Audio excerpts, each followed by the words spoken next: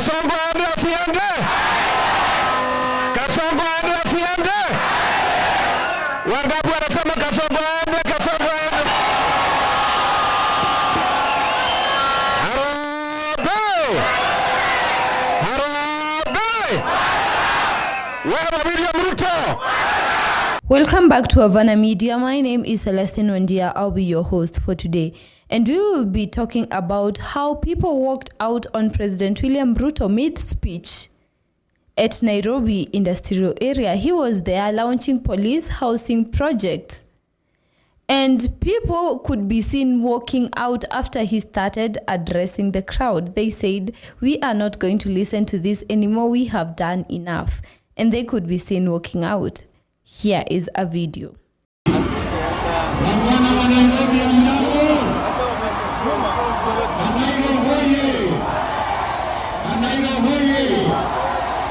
Basi kwanza mimi nataka niseme asante sana kutukaribisha kwa leo. Kwa nini? Na tunafika hapa. Sio ili makao wetu wapate mahali ya kuishi mahali mzuri. So mbali na kupanga mambo ya manyumba ya wananchi wa Kenya, hata askari wetu polisi pia watapata manyumba, mahali wataishi, mahali kuna heshima na mahali Kenya itasonga mbele. Ndio waweze kutusaidia kwa maneno ya kulinda usalama wa Kenya na kulinda usalama wa wananchi wa Kenya na biashara zetu, ndio tuweze kuzalisha nchi ambayo inapiga hatua ya kwenda mbele. Now, this does not surprise me at all, considering the amount of public dissatisfaction that is being seen in the country. President William Ruto is not addressing that, however. He's just going around asking for 2 terms when he should actually be listening to the people and doing the work they elected him to do. And this is causing people to get angry because as a leader, you are supposed to listen to your citizens and not the other way around. But he doesn't seem to do that. And this reminds me of when people could be seen walking out during his speech on Madaraka Day. People literally stood up and started walking when he decided to address the nation.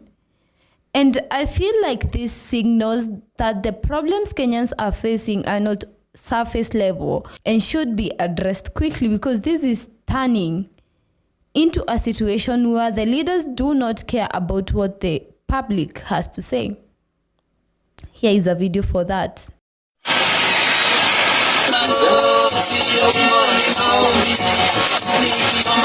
Asante sana ndugu yangu Samson Uchon, hotuba ya Mheshimiwa George Natembea. Kwanza kabisa nataka kuwaomba wananchi, najua tumekaa zaidi, muweze kupatia muda, msitoke.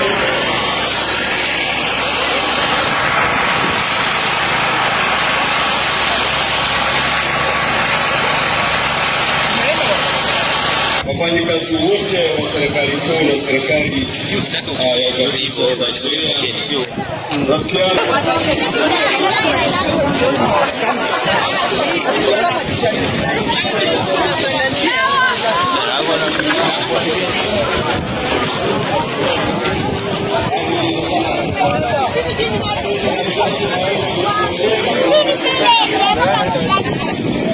And in the video, you can see people literally standing up and walking out.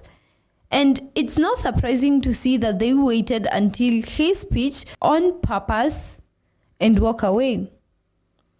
If President William Ruto does not take this as a sign to decide how to govern Kenya in a better way, I fear the way he is expecting to be elected in 2027 again, if he decides to run for presidency, I fear he is not getting that seat again, because he has shown Kenyans how he can run a nation, and they are not happy with that. Tell me what you think about this in the comments below. people walking out on him, is that a sign enough and he should read the room or between the lines rather than continue ignoring the problem and hoping it will go away? On the other hand, former Deputy President Rigathi Gachagua has not been known to hold back whenever he is calling out the president.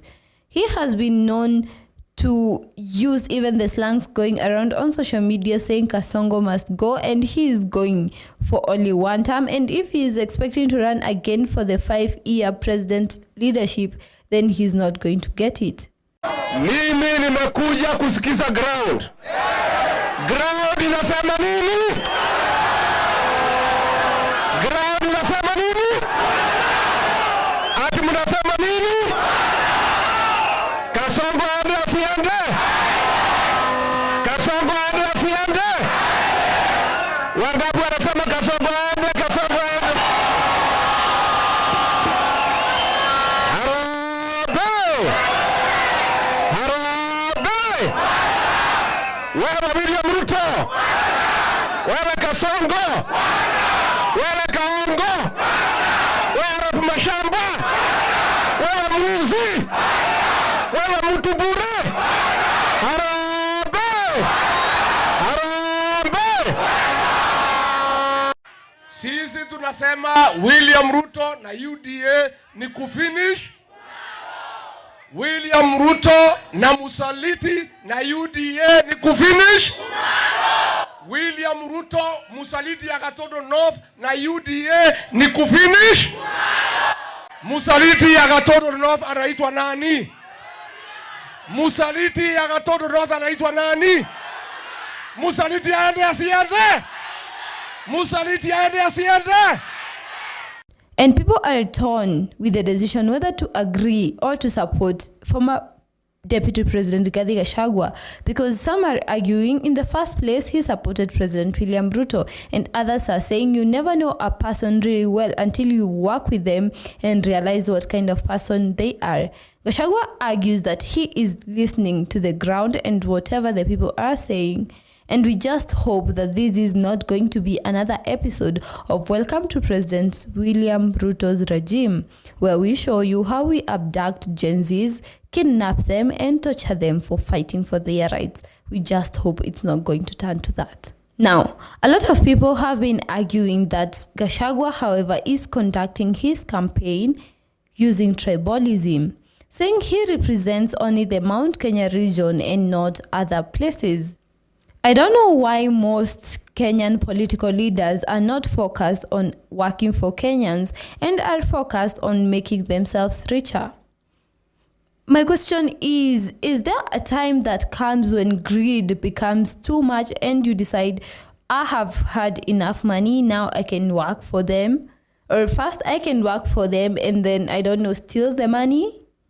But seems Kenyan leaders do not even have morals when it comes to that.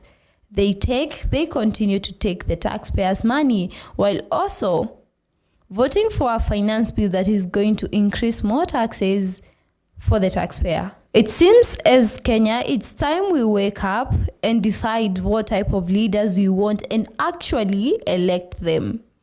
Rather than going with the flow, not even taking our votes, not even bothering to vote, because that has landed us in hot soup. Now we suffer the consequences of that. Tell me what you think in the comments below. I have been your host, Celestine Wandia.